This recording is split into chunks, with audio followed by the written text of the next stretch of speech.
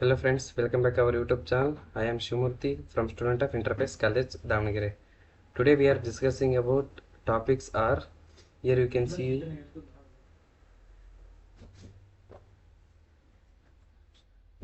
the topics variable, constants, data types and types of data types. First we go with the variables. Variable andre ಏನಂತ ನಾವು first ನೋಡೋಣ. Variable are the containers for storing a data, values like numbers and characters. ಅಂದರೆ variable ಅನ್ನೋದು ಒಂದು container ಇದಾಗೆ ನಾವು ಡಾಟಾನ store ಮಾಡ್ತೀವಿ. ಏನೇನು store ಮಾಡ್ಬೋದು ಅಂತಂದರೆ ನಂಬರು ಕ್ಯಾರೆಕ್ಟರ್ಸ್ನ ನಾವು ಸ್ಟೋರ್ ಮಾಡ್ಬೋದು ವೇರಿಯೇಬಲ್ ಒಳಗೆ. It is the portion of computer memory. ಅಂದರೆ ಕಂಪ್ಯೂಟರ್ ಮೆಮೊರಿ ಒಳಗೆ ಒಂದು ಪೋರ್ಷನ್ ಇದ್ದಂಗೆ ವೇರಿಯೇಬಲ್ ಅನ್ನೋದು. It consist of variable name, variable address and a value and the value keeps on changing as per the user requirement ಅಂತಂತಂದರೆ. ಅಂದರೆ variable ನೇಮನ್ನು contain ಮಾಡುತ್ತೆ, address ಕೂಡ ಕಂಟೈನ್ ಮಾಡುತ್ತೆ, ಮತ್ತು ವ್ಯಾಲ್ಯೂ ಕೂಡ ಇಟ್ಕೊಳ್ಳುತ್ತೆ. And the value keeps on changing as per the user requirement. User ಯಾವ ರೀತಿ ಬಳಸ್ಕೊತಾನೋ ವೇರಿಯೇಬಲ್ನ ಅದೇ ರೀತಿ ಅದನ್ನ ವ್ಯಾಲ್ಯೂಸ್ನ ಚೇಂಜ್ ಮಾಡ್ಬೋದು, ಅವನು ಚೇಂಜ್ ಮಾಡ್ದೇ ಇರ್ಬೋದು. ಹಾಗಾಗಿ ಯೂಸರ್ ರಿಕ್ವೈರ್ಮೆಂಟ್ ಅಂತ ಹೇಳ್ತಿದ್ದೀನಿ. ಇದು ಸಿಂಟ್ಯಾಕ್ಸ್ ನೋಡ್ಬೋದು ನೀವು. Data type variable name value ಅಂತ ಕೊಟ್ಟಿದ್ದೀನಿ. ಇದು ಕೆಳಗಡೆ ಎಕ್ಸಾಂಪಲ್ ನೋಡಿದ್ರೆ ಗೊತ್ತಾಗುತ್ತೆ. ಡಾಟಾ ಟೈಪ್ ಅಂದರೆ ಇಂಟು, ವೇರಿಯೇಬಲ್ ಅಂದರೆ ಎ, ಮತ್ತು ವ್ಯಾಲ್ಯೂನ ಅಸೈನ್ ಮಾಡಿದ್ದೀನಿ, ಇದಕ್ಕೆ ವೇರಿಯೇಬಲ್ ಅಂತ ಹೇಳ್ತಿದ್ದೀವಿ. Next go with constant. What is constant ಅಂತಂದರೆ, ಕಾನ್ಸ್ಟೆಂಟ್ ಅಂದರೆ ನೀವು ಮೊದಲು ತಿಳ್ಕೊಬೇಕು. ಕಾನ್ಸ್ಟೆಂಟ್ ಅಂತಂದರೆ ನೀವು ಏನು ಮಾಡಿದ್ರು ಚೇಂಜ್ ಮಾಡೋಕ್ಕೆ ಆಗೋದಿಲ್ಲ, ಅದು ಕಾನ್ಸ್ಟೆಂಟಾಗಿ ಒಂದೇ ರೀತಿ ಇರುತ್ತೆ. ಯಾವ ರೀತಿ ಅಂತಂತಂದರೆ, ಸಮುದ್ರ ಇರುತ್ತೆ ಅಂದರೆ ಸಮುದ್ರನ ಬೇರೆ ತೆಗೆ ಶಿಫ್ಟ್ ಮಾಡೋಕ್ಕಾಗಲ್ಲ, ಅದು ಎಲ್ಲಿರುತ್ತೆ ಅಲ್ಲೇ ಇರುತ್ತೆ, ಬೇರೆ ಜಾಗಕ್ಕೆ ಕಳ್ಸೋಕ್ಕೆ ಚಾನ್ಸೇ ಇಲ್ಲ. ಇಲ್ಲಿ ಕೆಳಗಡೆ ನೋಡ್ಬೋದು, it is a name given to a variable whose value can not be changed or altered. ಅಂದರೆ ಒಂದು ವೇರಿಯಬಲ್ಗೆ int a is equal to 10 ಅಂತ ಕೊಟ್ಟರೆ ಆ 10 ವ್ಯಾಲ್ಯೂ ಮಾತ್ರ ಎಗೆ ಅಸೈನ್ ಆಗಿರುತ್ತೆ, ಬೇರೆ ಚೇಂಜ್ ಮಾಡೋಕ್ಕೆ ಚಾನ್ಸೇ ಇಲ್ಲ, ಆಲ್ಟರ್ ಕೂಡ ಮಾಡೋಕ್ಕೆ ಆಗೋದಿಲ್ಲ. Constant refer to a fixed value that the program may be not altered during its execution. ಅಂದರೆ ಫಿಕ್ಸ್ ಆಗಿರುತ್ತೆ ವ್ಯಾಲ್ಯೂ, ಅಂದರೆ ಎಕ್ಸಿಕ್ಯೂಷನ್ ಆಗೋಕರನೂ ಆಲ್ಟರ್ ಮಾಡೋಕ್ಕೆ ಆಗೋದಿಲ್ಲ. Constant may belong to any of the data types. Constant ಯಾವ ಡಾಟಾ ಟೈಪಲ್ಲಾದರೂ constant ಆಗಿ work ಆಗುತ್ತೆ. ಯಾವ ರೀತಿ ಅಂತಂತಂದರೆ ಕೆಳಗೆ ನೋಡ್ಬೋದು types. Integer constant, floating constant, character constant. ಅಂದರೆ ನಾವು ಇಂಟೀಜರ್ ಕಾನ್ಸ್ಟೆಂಟಾಗಿ ನೆಗೆಟಿವಲ್ಲೂ ಕೊಟ್ಟಿವಿ, ಪಾಸಿಟಿವಲ್ಲೂ ಕೊಟ್ಟಿವಿ, ನೋಡೋತ್ತಾಗ ಮಿಡ್ಡು ಅಂದರೆ ಝೀರೋದಲ್ಲೂ ಕೊಟ್ಟಿವಿ. ನೀವಿಲ್ಲಿ ಅರ್ಥ ಮಾಡ್ಕೊಬೋದು. ಅಂದರೆ ನಾವು ಯಾವ ವ್ಯಾಲ್ಯೂ ಕೊಟ್ಟರು ಕಾನ್ಸ್ಟೆಂಟಾಗಿ ವರ್ಕ್ ಆಗುತ್ತೆ. ಇಂಟೀಜರ್ ಕಾನ್ಸ್ಟೆಂಟ್ ಅಂದರೆ -3, -2, -1 ಕೊಟ್ಟರೆ ಕಾನ್ಸ್ಟೆಂಟಾಗಿ ವರ್ಕ್ ಆಗುತ್ತೆ. +3 ಕೊಡ್ಬೋದು, ಇಲ್ಲಿ ನೀವು ನೋಡ್ಬೋದು +3, 0, +3 ಅಂತ ಕೊಟ್ಟಿದ್ದೀನಿ.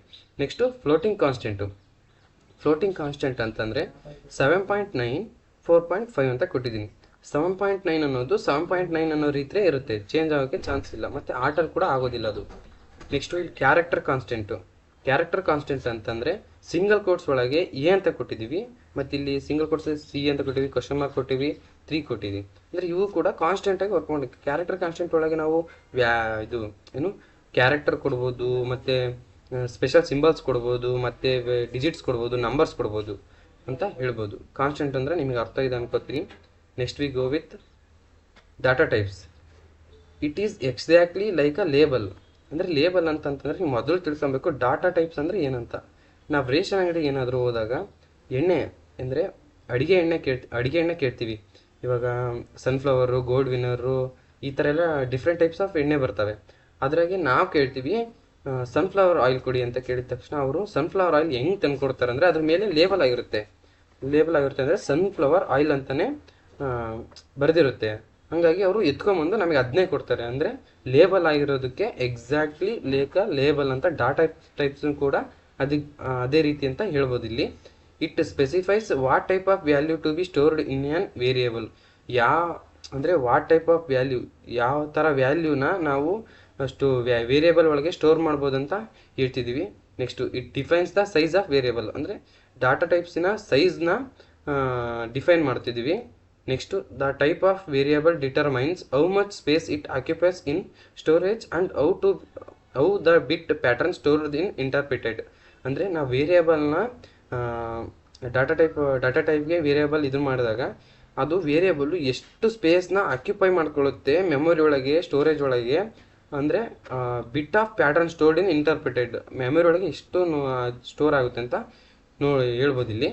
ಹೇಗೆ ಅಂದರೆ syntax, data type, variable name, character ಅಂದರೆ ಸಿಂಗಲ್ ಕೋಟ್ಸಲ್ಲಿ ಕೊಡ್ಬೋದು. ಕೆಳಗಡೆ ನೋಡ್ಬೋದು ನೀವು ಎಕ್ಸಾಂಪಲ್ ಕೊಟ್ಟಿದ್ದೀನಿ. P is equals to single ಕೋಟ್ಸಾಗೆ ಎಸ್ ಕೊಟ್ಟಿದ್ದೀನಿ, ಅಂದರೆ ಇದು example for data types. Next ಇಲ್ಲಿ ನೋಡ್ಬೋದು ಟೈಪ್ಸ್ ಆಫ್ ಡಾಟಾ ಟೈಪ್ಸು.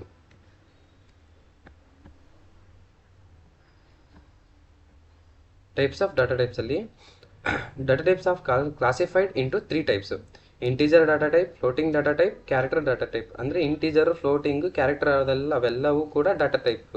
ಇಲ್ಲಿ ಕೆಳಗಡೆ ನೀವು ನೋಡ್ಬೋದು, ಇಲ್ಲಿ ಒಂದು ಇದನ್ನು ಕೊಟ್ಟಿದ್ದೀನಿ ಫ್ಲೋ ಚಾರ್ಟು.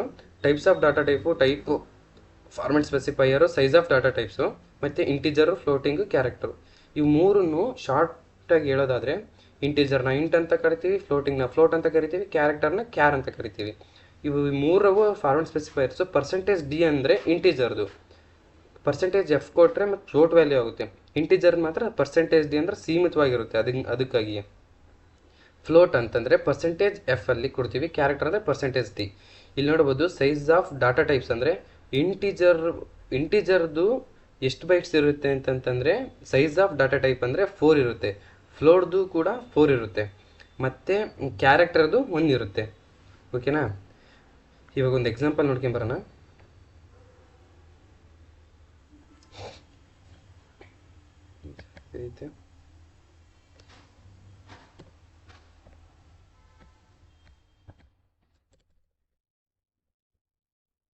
ಇಂಟೀಜರ್ ಇಂಟ್ ಅಂದರೆ ಇಂಟೀಜರ್ ವ್ಯಾಲ್ಯೂ ಅಂದರೆ ನಂಬರ್ಸ್ ಕೊಡ್ತಿದ್ದೀವಿ ನಾವು. ಇವಾಗ int a is equals to 10 ಕೊಡ್ತಿದ್ದೀನಿ. ಕೆಳಗಡೆ ನೋಡ್ಬೋದು ಫಸ್ಟು. ಓಕೆನಾ? ನೆಕ್ಸ್ಟು ಫ್ಲೋಟ್ ಕೊಡ್ತಾ ಇದ್ದೀನಿ. Float b is equals to 20 ಕೊಡೋಣ. ಮತ್ತು ಯಾರು c is equals to s ಕೊಡೋಣ. ಇವು ಮೂರನ್ನು ಪ್ರಿಂಟ್ ಮಾಡೋಣ.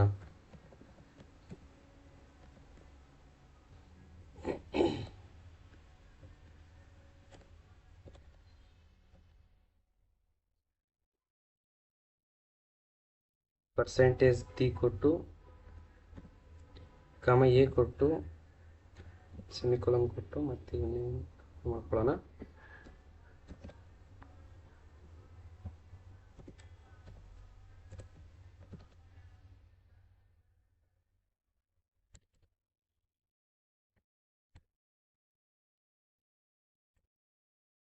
ಇಲ್ಲಿ ನೋಡ್ಬೋದು ಪರ್ಸೆಂಟೇಜ್ ಎಫ್ ಕೊಡ್ತಾ ಇದ್ದೀನಿ, ಇಲ್ಲಿ ಪರ್ಸೆಂಟೇಜ್ ಸಿ ಕೊಡ್ತಾ ಇದ್ದೀನಿ.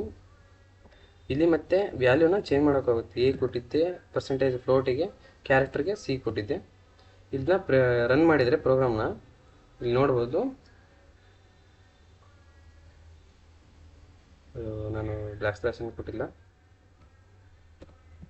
ಬ್ಯಾಕ್ ಸ್ಲ್ಯಾಶನ್ನು ಕೊಟ್ಟರೆ ಏನಾಗುತ್ತೆ ಅಂತಂದರೆ ನೆಕ್ಸ್ಟ್ ಲೈನಿಗೆ ಬರುತ್ತೆ. ಏನು ಡಿಫ್ರೆನ್ಸ್ ಏನಿಲ್ಲ.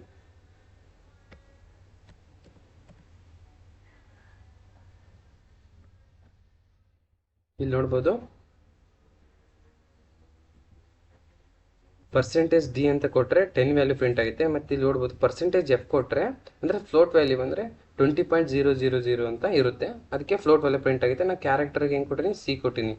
ಇದು ಇವಾಗ ಏನು ಮಾಡೋಣ ಅಂತಂತಂದರೆ ಇಂಟೀಜರ್ದು ಮತ್ತು ಫ್ಲೋಟ್ದು ಕ್ಯಾರೆಕ್ಟರ್ದು ಎಷ್ಟು ಬೈಟ್ಸಲ್ಲಿ ಆಕ್ಯುಪೈ ಮಾಡ್ಕೊಂಡಿರುತ್ತೆ ಸ್ಪೇಸ ಅಂತ ನೋಡೋಣ.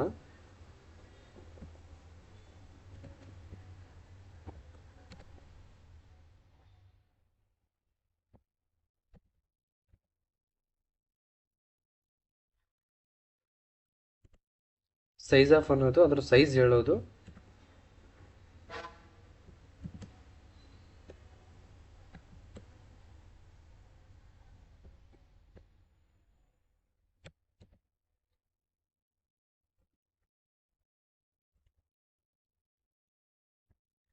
ಮತ್ತು ನೀವು ಇಲ್ಲಿ ಮೇಲ್ಗಡೆ ಯಾವ ರೀತಿ ನಾವು percentage D, percentage F, percentage C change ಮಾಡೋಕ್ಕೆ ಆಗೋದಿಲ್ಲ. ಯಾಕಂದರೆ ನಾವು ನೋಡ್ತಿರೋದು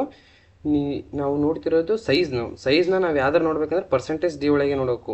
ಯಾಕಂದರೆ ಪರ್ಸೆಂಟೇಜ್ ಡಿ ಅಂದರೆ ಇಂಟೀಜರ್ನ ರಿಟರ್ನ್ ಮಾಡುತ್ತೆ.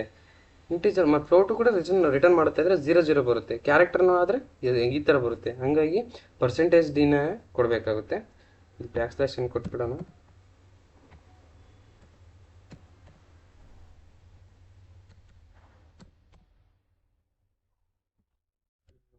ಬಿ ಕೊಟ್ಟೆ, ಸಿ ಕೊಟ್ಟೆ.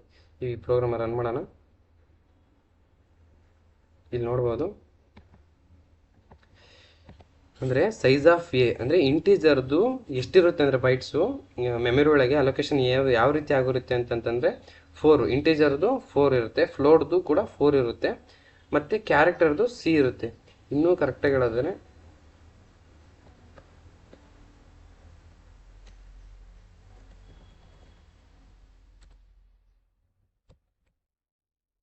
ಇದು ಇಂಟೀಜರ್ದು ಪರ್ಸೆಂಟೇಜ್ ಡಿ ಬೈಟ್ಸ್ ಇರುತ್ತೆ.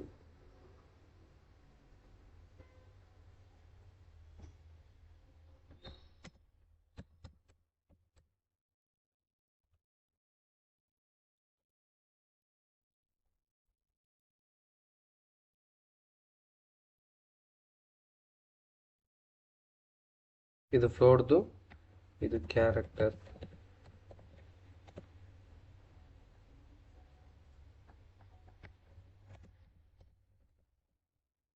ಕ್ಯಾರೆಕ್ಟರ್ ಬೈಟ್ಸ್ ಎಷ್ಟಿರುತ್ತೆ ಅಂತ ಇದನ್ನ ರನ್ ಮಾಡಿ ನೋಡಿದರೆ ಕರೆಕ್ಟಾಗಿ ಗೊತ್ತಾಗುತ್ತೆ. ಫಸ್ಟ್ ಇಲ್ಲಿ ಕ್ಯಾನ್ಸಲ್ ಮಾಡಿ ರನ್ ಮಾಡಿ ನೋಡ್ಬೋದು. ನೀವು ಇಂಟೀಜರ್ದು 4 ಬೈಟ್ಸ್ ಇರುತ್ತೆ, ಫ್ಲೋಟ್ದು ಕೂಡ 4 ಬೈಟ್ಸ್ ಇರುತ್ತೆ, ಕ್ಯಾರೆಕ್ಟರ್ ಬೈಟ್ಸು 1 ಇರುತ್ತೆ, ಕ್ಯಾರೆಕ್ಟರ್ ಬೈಟ್ಸು 1 ಇರುತ್ತೆ.